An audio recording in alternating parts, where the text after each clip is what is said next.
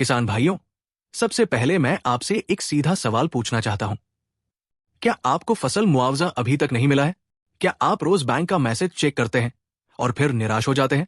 और क्या आप ये जानना चाहते हैं कि मुआवजे का पैसा आखिर कब मिलेगा? अगर आपका जवाब हाँ है, तो इस वीडियो को अंत तक जरूर देखिए, क्योंकि आज मैं आपको साफ साफ बताने वाला हूं कि मुआवजा कब मिलेगा, किन किसानों को जरूर मिलेगा और किन किसानों का पैसा सिस्टम में फंसा हुआ है। वीडियो आगे बढ़ाने से पहले एक छोटा सा काम कर लीजिए। अगर आप किसान हैं, तो अभी वीडियो को सब्सक्राइब कर लीजिए और कमेंट में सिर्फ अपना जिला लिख दीजिए, क्योंकि आगे आने वाले अपडेट मैं जिले के हिसाब से आपको समझाने वाला हूं।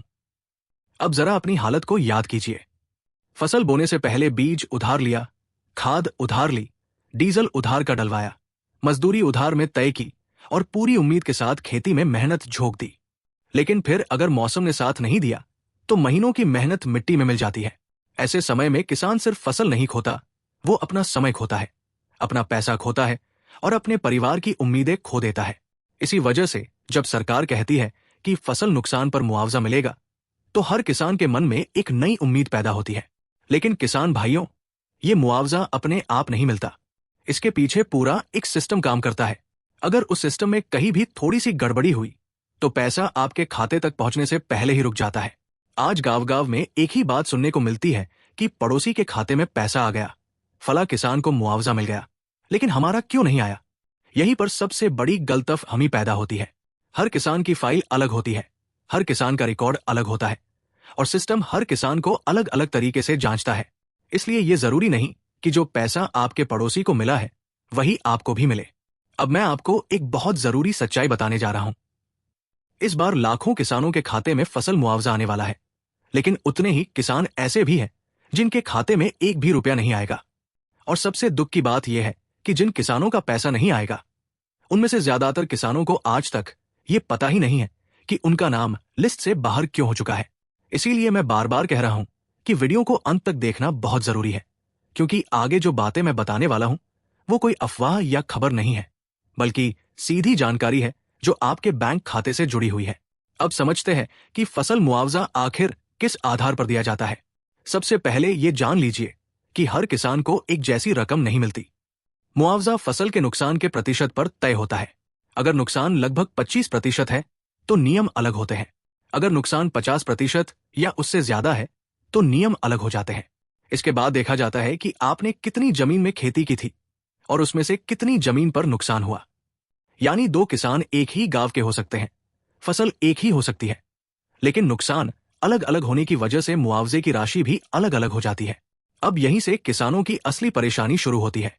बहुत से किसान नुकसान होने के बाद सिर्फ इंतजार करते रहते हैं, न समय पर सूचना देते हैं, न ही अपने कागजात पूरे करते हैं, और बाद में कहते हैं कि सरकार ने पैसा नहीं दिया, जबकि हकीकत यह होती है कि कागजों में किसान खुद ही लिस्ट से बाहर हो चुका होता है। अब मैं आपको वो बड़ी गलतियां बताता हूं जिनकी वजह से सबसे ज्यादा किसान मुआवजे से बाहर हो जाते हैं। सबसे पहली और सबसे बड़ी गलती है समय पर सूचना नहीं देना। अगर आपकी फसल खराब हुई है, तो उसकी जानकारी तय समय के अंदर देना बहुत जरूरी होता है। अगर आपने सोच लिया कि बाद में देखेंगे, तो समझ लीजिए कि यहीं से आपका मामला कमजोर हो जाता है। दूसरी बड़ी गलती ई-केवाईसी से जुड़ी होती है। आज लगभग हर सरकारी योजना में ई-केवाईसी अनिवार्य कर दी गई है।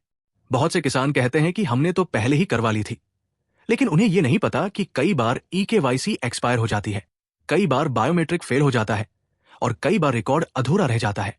सिस्टम आपको फोन करके नहीं बताएगा, वो सीधे आपका स्टेटस अधूरा दिखा देगा और आपका नाम लिस्ट से बाहर कर देगा। तीसरी गलती बैंक खाते से जुड़ी होती है। अगर आपका बैंक खाता आधार से लिंक नहीं है, अगर नाम की स्पेलिंग में थोड़ा सा भी फर्क है, अगर खाता लंबे समय से इस्तेमाल में नहीं है या डीबीटी बंद पड़ी है, तो पैसा बीच में ही अटक जाता है। कई किसान कहते हैं कि हमारा खाता तो चालू है, लेकिन सिस्टम सिर्फ चालू खाता नहीं देखता, वो पूरा data line by line match करता है। अब चौथी और सबसे खतरनाक गलती जमीन के रिकॉर्ड से जुड़ी होती है। अगर आपकी जमीन संयुक्त है, अगर बंटवारा हो चुका है लेकिन रिकॉर्ड अपडेट नहीं है, या नाम और हिस्सेदारी में कोई भी गड़बड़ी है, तो सिस्टम आपको संदिग्ध मान लेता है और आपका नाम बिना बताए लिस्ट से हटा दिया जाता है। किसान भाइयों, इस बार जांच पहले से कहीं ज्यादा सख्त है। इस बार सिर्फ उन्हीं किसानों को मुआवजा मिलेगा जिनके कागजात पूरी तरह सही है। इसका मतलब ये नहीं है कि सरकार किसानों का पैसा रोकना चाहती है, बल्कि इसका मतलब यह है कि अब लापरवाही की कोई जगह नहीं बची है। किसान भाइयों, अब बात करते हैं उस सच्चाई की जिसे बहुत कम लोग खुलकर बताते हैं और जिसकी वजह से हर साल लाखों किसान मुआवजे से बाहर हो जाते हैं। बहुत से किसान ये मान लेते हैं कि अगर पड़ोसी के खाते में पैसा आ गया है तो उनके खाते में भी आ ही जाएगा। लेकिन सच्चाई ये है कि सिस्टम ऐसा नहीं देखता। सिस्टम हर किसान की फाइल को अलग अलग जांचता है, हर रिकॉर्ड को अलग तरीके से मिलाता है और जरा सी गड़बड़ी होने पर नाम रोक देता है। सबसे पहले उन किसानों की बात करते हैं जिनका मुआवजा इस बार रुक सकता है। पहला वर्ग उन किसानों का है जिन्होंने समय रहते अपनी जानकारी अपडेट नहीं करवाई। कई किसान सालों पहले जो कागजात जमा करवाते हैं उसी भरोसे बैठे रहते हैं, जबकि नियम बदलते रहते हैं, रिकॉर्ड अपडेट होते रहते हैं और जो किसान खुद अपडेट नहीं करता वो अपने आप पीछे छूट जाता है। दूसरा बड़ा कारण ई-केवाईसी है। बहुत से किसान ये समझते हैं कि सिर्फ मोबाइल नंबर से केवाईसी हो गई तो काम पूरा हो गया, लेकिन ऐसा नहीं है। अब बायोमेट्रिक या फेस वेरिफिकेशन जरूरी होता है। अगर सिस्टम में आपकी ई-केवाईसी अधूरी दिख रही है तो चाहे आप कितने भी पात्र क्यों न हो, पैसा आपके खाते में नहीं आएगा।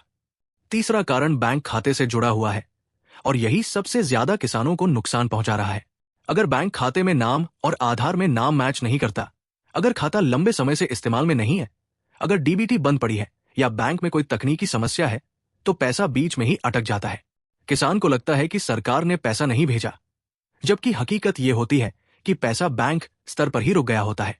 अब चौथा और सबसे गंभीर कारण जमीन का रिकॉर्ड है। अगर आपकी जमीन संयुक्त है, अगर बंटवारे के बाद भी रिकॉर्ड अपडेट नहीं करवाया गया है, अगर हिस्सेदारी साफ नहीं दिख रही है या किसी और का नाम अब भी जुड़ा हुआ है, तो सिस्टम आपको संदेह के घेरे में डाल देता है। कई बार किसान को पता भी नहीं चलता और उसका नाम चुपचाप सूची से हटा दिया जाता है। लेकिन किसान भाइयों, हर किसी के लिए उम्मीद खत्म नहीं होती। अगर अभी तक अंतिम भुगतान पूरी तरह बंद नहीं हुआ है और आपका नाम पूरी तरह से हटाया नहीं गया है, तो आप अब भी कुछ जरूरी कदम उठाकर अपनी स्थिति सुधार सकते हैं। सबसे पहले अपने नजदीकी सेवा केंद्र या ई मित्र पर जाकर ई-केवाईसी का स्टेटस खुद चेक करवाइए। सिर्फ ये मानकर मत बैठिए कि पहले करवा ली थी, बल्कि स्क्रीन पर देखकर पक्का कीजिए कि स्टेटस पूरा दिख रहा है। इसके बाद सीधे अपने बैंक जाकर पूछिए कि आपके खाते में सरकारी योजनाओं के लिए डीबीटी चालू है या नहीं। सिर्फ बैलेंस पूछने से काम नहीं चलेगा। साफ शब्दों में पूछिए कि आधार लिंक सही है या नहीं और किसी तरह की तकनीकी रोक तो नहीं लगी हुई है। तीसरा और बहुत जरूरी कदम है जमीन के रिकॉर्ड की जांच। अपने पटवारी या संबंधित कार्यालय से मिलकर यह सुनिश्चित कर लीजिए कि आपकी जमीन का रिकॉर्ड ऑनलाइन और ऑफलाइन दोनों जगह सही दिख रहा है। नाम, खाता नंबर और हिस्सेदारी में किसी भी तरह की गलती नहीं होनी चाहिए। बहुत से किसान ये सोचकर पीछे हट जाते हैं कि अब क्या फायदा, अब तो देर हो गई। लेकिन सच्चाई यह है कि जो किसान आखिरी समय तक कोशिश करता है वही किसान अपना हक बचा पाता है। इस बार जांच इसलिए सख्त है ताकि फर्जी नामों और गलत रिकॉर्ड को हटाया जा सके और इसका फायदा उन्हीं किसानों को मिले जो सच में खेती कर रहे हैं। किसान भाइयों, याद रखिए कि जानकारी ही आपकी सबसे बड़ी ताकत है। जो किसान समय पर सही जानकारी ले लेता है वही अपने हक का पैसा बचा पाता है। अगर आपने आज बताई गई बातें ध्यान से समझ ली हैं और अपने कागजात सही कर लिए हैं तो आपके मुआवजे के रुकने की संभावना बहुत कम हो जाएगी। अगर ये जानकारी आपको उपयोगी लगी हो तो इसे अपने गांव और अपने किसान भाइयों तक जरूर पहुंचाइए ताकि किसी का भी पैसा सिर्फ जानकारी की कमी की वजह से न रुके। वीडियो को लाइक कीजिए, चैनल को सब्सक्राइब करके जुड़े रहिए और कमेंट में जरूर बताइए कि आप किस जिले से हैं ताकि आगे आने वाले अपडेट आपको सीधे और सही तरीके से समझाए जा सके। मेहनत करते रहिए, जागरूक रहिए और अपना पूरा ध्यान रखिए।